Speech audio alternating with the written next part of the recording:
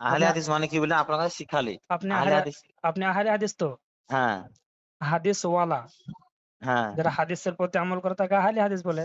হ্যাঁ, হ্যাঁ, হ্যাঁ, হ্যাঁ, হ্যাঁ। তো আপনি কি বলছেন, যেটা নবী এবং নবী পাক করেছেন সেটা করব, যেটা নবী করেননি সেটা করব না, জি, জি, জি, এটা আপনার বক্তব্য? জি। এটা কোন কিতাবে আছে? কোন কিতাব আছে? হুম হুম। এটা নয়, আল্লাহ রসুল বলেনি যে, আল্লাহ রসুল বলেনি যে তোমরা আমার কথা এবং আমার উপর চলবে। কি বলে গো, আল্লাহ আমি রসুল কি আমি বলেছে? দলিল আমি দলিল দিচ্ছি, দলিল দিয়ে দিচ্ছি আপনাকে। আপনি এটাই দলিল দিবেন যে বুখারী শরীফের মধ্যে হাদিস, নবী পাক বলেছেন যে জিনিস আমার থেকে প্রমাণিত নয় সেটা বাতিল। হ্যাঁ, হ্যাঁ, হুম।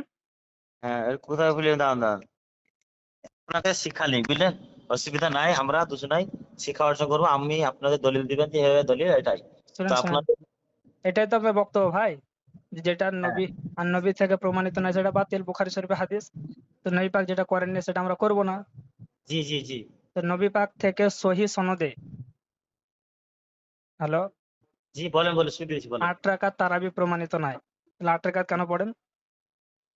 হ্যাঁ, এই যে 8 টাকা পড়ার কথাটা নেই ঠিকই, কিন্তু এটা কোনো আল্লাহ রসুল কিন্তু 20 টাকা 8 টাকা বলেননি, কিন্তু আমি বলছি না, দাবি করছি না যে আর 20 টাকা ও- পড়া ও- যাবে না, এটা বলছি ও- না। এটা বাদ দিলাম, ছাড়েন। নবী পাক জীবনে একবার হজ করেছে, আপনি বারবার কেন করেন? আচ্ছা, তো বারবারে আল্লাহ রসুল তো প্রতি বছরে একবারই করতো না, এরকম বটে। নবী পাক পুরো জীবনে একবার হজ করেছেন। নবী পাক পুরো জীবনে একবার আজান দিয়েছে, আপনি দিনে 5 ওয়াক্ত কেন দেন ভাই? পাঁচে তো আজান দিতে হবে না, আল্লাহ রসুল আপনি আপনি আপনি হ্যাঁ কি বলছেন? আল্লাহ রসুল 5 ওয়াক্ত নামাজ আজান দিতে না। 5 ওয়াক্ত দিত?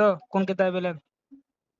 তো আপনাদের তো মসজিদে দিয়ে 5 ওয়াক্ত হ্যাঁ, আজান দিতে। নবী পাক জীবনে একবার আজান দিয়েছে। আরে আমি তো শুননি, আমি তো, আমার বক্তব্য হচ্ছে নবী যেটা করেননি সেটাও আমি করব। নবী বুঝতে যেটা পারলেন? করেননি। নবী যেটা করেননি সেটাও করব, কিন্তু নবী যেটাকে মানা করেছে সেটা আমি ছেড়ে দেবো। বুঝলেন দাদা? আচ্ছা, আ- শুনেন আ- ভাই। শুনেন, আপনাকে আমি বললাম হজের কথা, আপনি এটাই হয়তো দলিল দিবেন, আপনাকে দিয়ে দিচ্ছি আমি। আপনি বলবেন নবী পাক হজ একবার করেছে কিন্তু বারবার করার অনুমতি দিয়েছেন। বুঝতে পারলেন ভাই? এবার আপনার, চলো, মসজিদে আপনার মেহরাব আছে না নাই? হ্যাঁ, আপনাদের মসজিদে মেহরাব নাই, মিনারা নাই? হ্যাঁ, হ্যাঁ, হ্যাঁ, এ, মিনারা আছে। বলেন তো ভাই, এটা নবীর জামানায় ছিল? নবী ছাড়া ছিল না। দেখেন সাহাবীর ভাই, শুনেন। দাঁড়ান, কথা বলেন না, উত্তর দেন, আমি আস্তে আস্তেই বলছি আপনাকে আদব সহকারে হ্যাঁ, ভাই বলেন বলে। বলেন বলেন। সাহাবীর জামানায় ছিল?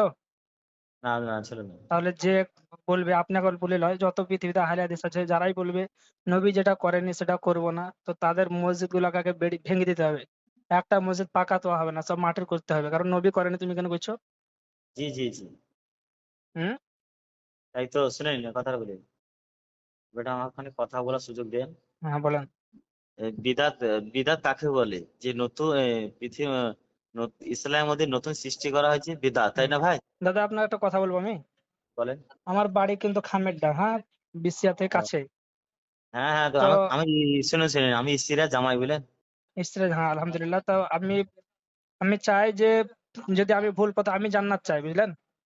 হ্যাঁ, আমি চাই আমি দেখবেন জান্নাত। খামেরটা, শুনে তা শুনে আপনিও চাই, আপনিও আমাকে ফোন করেছেন কি নয় তো জানি না।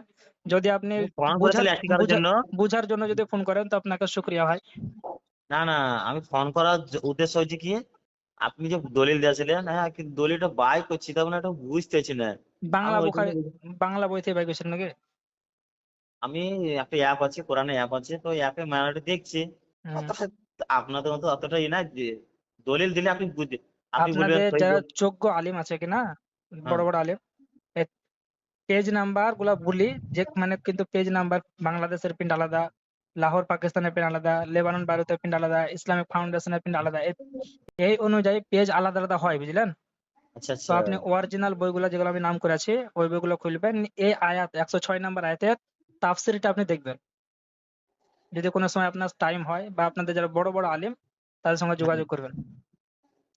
কিন্তু ভাই যে আপনি এটা খেয়াল রাখবেন যে বিদাত হচ্ছে নতুন সৃষ্টি করা, ইসলামের মধ্যে নতুন সৃষ্টি করা। হুম। যে আপনাদের বাড়িটা নতুন আছে, আপনাদের শুনেন দাদা দেখবেন। শুনেন, আমি এখন পড়তে বসবো না, হ্যাঁ, তো আপনি যদি হয়তো সামনাসামনি একদিন বসেন। সামনাসামনি বসে দরকার নাই, আমার হ্যাঁ, খামেরটা বিছায় বাড়ি বুঝলেন তো। তো আনামতকে জিজ্ঞেস আমি ওইটা করলে। আপনাকে ডেট দিচ্ছি, তো সামনাসামনি বসলে একটু ভালো হয়, হ্যাঁ, বুঝলেন? ওই কিতাব হ্যাঁ, বাংলা শুনেন। বই থেকে চলবে না, বুঝলেন? অরিজিনাল হ্যাঁ, হাদিস কোরআন ডাকা হবে, আরবি পড়ি তর্জমা করে মানে করবেন। যদি আপনি যদি সঠিক হন তো আপনার দলে আমি চলে যাব, আর আমি যদি সঠিক হয় আমার দলে চলে আসবেন আপনি। অবশ্যই, বুঝতে কিন্তু পারলেন? আমরা কি আর এখানে, আমি যতগুলো কথা বলি বক্তব্যের মধ্যে আপনি শুনবেন ফেসবুকের মধ্যে, শোনার পরে আপনার আলহামদুলিল্লাহ যতগুলো দলিল নেবেন আমি বিনা মোতালাতে কোনো কথা বলি না, ভালো করে রিসার্চ করে বক্তব্য দিই। আচ্ছা আচ্ছা আমিও দিই তাহলে, অসুবিধা নাই। হুম, এটা দেখেন সূরা হজ 12 নম্বর আয়াতে কি বলছে, হুম। ইয়াদউ মিন দুনিল্লাহি মা লা ইয়াযুররুহু ওয়া মা লা ইয়ানফাউহু যালিকা হুয়া যালালুল বাঈদ। এখানে কি বলছে আল্লাহ, যে আল্লাহর পরিবর্তে অন্যজনকে কোন ব্যক্তিকে নিয়ে আসা হয়, সেই ব্যক্তি কোনো উপকার করতে পারবে না, কোনো ক্ষতি করতেও পারবে না, তাই না ভাই? আরে বলেন, সূরা আল হাজর সূরা হজ 12 নম্বর আয়াত। 12 না 72? আর 12, 1-2 হ্যাঁ। এই মানেটা কি বুঝি দেখেন তো, যে আল্লাহর পরিবর্তে এমন কিছু ডাকা হয়, সে হুম। ব্যক্তি কোনো উপকার করতে পারবে না, কোনো ক্ষতি করতে পারবে না। আল্লাহ ব্যক্তিতে যদি কাউকে ডাকা হয়, আল্লাহর পরিবর্তে মানে আল্লাহ বাদ দিয়ে যে অন্য ব্যক্তিকে ডাকা হয়, হ্যাঁ, মূর্তিকে বা কোনো শক্তিশালী হ্যাঁ, মানুষকে, হ্যাঁ, যেমন, হ্যাঁ, এটা মূর্তির ব্যাপারে আয়াত, বুঝতে পারছি, বলেন। হ্যাঁ। তো এই যে আজ বর্তমান মানুষ নিজে, আজ মানুষ কি করছে, মাজার যাচ্ছে, সেখানে পাথর এখানে ফুল চড়াচ্ছে, সেখানে হুম, সেজদা করছে। হুম। এখানে আল্লাহ কি আচ্ছা বলছে, ভাই, সুন্নিদের কোন আলেম বলেছে যে মাজারে সেজদা করতে হবে? সেজদা আ- করা আ- যাবে না তো। আমরা তো বলি যে মাজারে সেজদা করা হারাম, মাজারে রুকু করা যাবে না, মাজারে তাওয়াফ করা যাবে না। মাজারের আদাব হলো ভাই তাহলে, মাজারে চুম্বন না এই দেওয়া শোনো ভাই, উত্তম, 4 হাত দূর শোনো ভাই, থেকে জিয়ারতটা করবে তারপর আসবে। তা আমি যেমন বিরোধিতা করছি, অনেকে সেজদা করে দিচ্ছে, তো আপনিও বিরোধিতা করুন, আপনিও বলুন যে মাজার সেজদা করা হারাম। হ্যাঁ এর বিপক্ষে তো আমিও। হ্যাঁ, তবে কিন্তু তো দেখেন এই আজ, আয়াতকে ফিট করে আপনি জিয়ারতকে নিষেধ করবেন, তো কি করে চলবে বলেন? না না, আর দেখেন শুনে ভাই, আমি মেন কথা হচ্ছে আজকে আমি দেখলাম সোশ্যাল মিডিয়া দেখলাম, আমার নিজের নিজের কুটুম, হ্যাঁ, খামের দাগ দেখবেন সবুর, সবুর সাদ্দাম বলে চিনবেন, আপনি ভালো চিনবেন তাহলে। হ্যাঁ, হুম, সাদ্দাম দেখছি সোশ্যাল মিডিয়া দেখছে, হ্যাঁ, মাথায় টুপি লাগিয়ে হ্যাঁ, মুখে তো দাড়ি নাই, হুম, তারপরে ওখানে ই করছে, ফুল চড়াচ্ছে, আর তার সেজদা করছে আর করছে। হুম। আল্লাহ দেখেন সূরা নিসাতে 48 নম্বর আয়াতে কি বলছে, একটা কথা আমার শুনেন, বান্দা, শুনেন, আপনার কথা বুঝতে পেরেছি, আপনি মানে কয়টা আয়াত আপনি রট্টা মেরে মুখস্থ করে গেছেন। কিন্তু মনে রাখবেন দাদা, কোরআন শরীফে আছে ইউদিল্লু বিহি কাসীরা ওয়া ইয়াহদি বিহি কাসীরা। এই কোরআন পড়ে বহু বহু মানুষ দেখেন ভাই, গোমরা হবে, শোনো ভাই, কোরআন আমরা পড়ে তর্ক বিতর্ক পথভ্রষ্ট করি হবে। না। তো শোনো কোরআনটা ভাই, শুধু আপনার পড়লে শোনো, হবে না, তার শানে নুজুল, ব্যাখ্যা ট্যাখ্যা সব পড়তে হবে, বুঝলেন? হ্যাঁ অবশ্যই, হ্যাঁ হুম। অবশ্যই একবার করতে হবে। দোয়া করবেন। আর কি কি বলছিলাম, আপনি যেটা বলছেন না, যে কোরআন শরীফ কিন্তু এই কোরআন শরীফ বলে দিলে এমন আপনারা বলছে না, চাপ দিচ্ছে না যে গুনাহ হবে বা এটা ই হবে, এটা বলছে না, বেদাত হবে তা বলছে না। কিন্তু আমরা যে, আমরা জানি যে কোরআন শরীফ, কোরআন হাদিস, হ্যাঁ, কোরআন শরীফ বলতে হয় না, তাই তো? হ্যাঁ, মানে কোরআন শরীফ বলতে হয় না বলতে কি, হুম। কোরআন হাদিসে নেই এটাই, হ্যাঁ, নাকি ভাই? তা আপনার কিন্তু, যদি ইচ্ছা না হয় তো আপনি কোরআন মাজিদ বলেন, কিন্তু যে বলছে হ্যাঁ, তাকে তাকে মানা করার দরকার নাই যে আপনি ভুল বলছেন। না না না, হ্যাঁ। অতটাই বলা দরকার যে দেখো দাদা হুজুর না, এসে বলছে।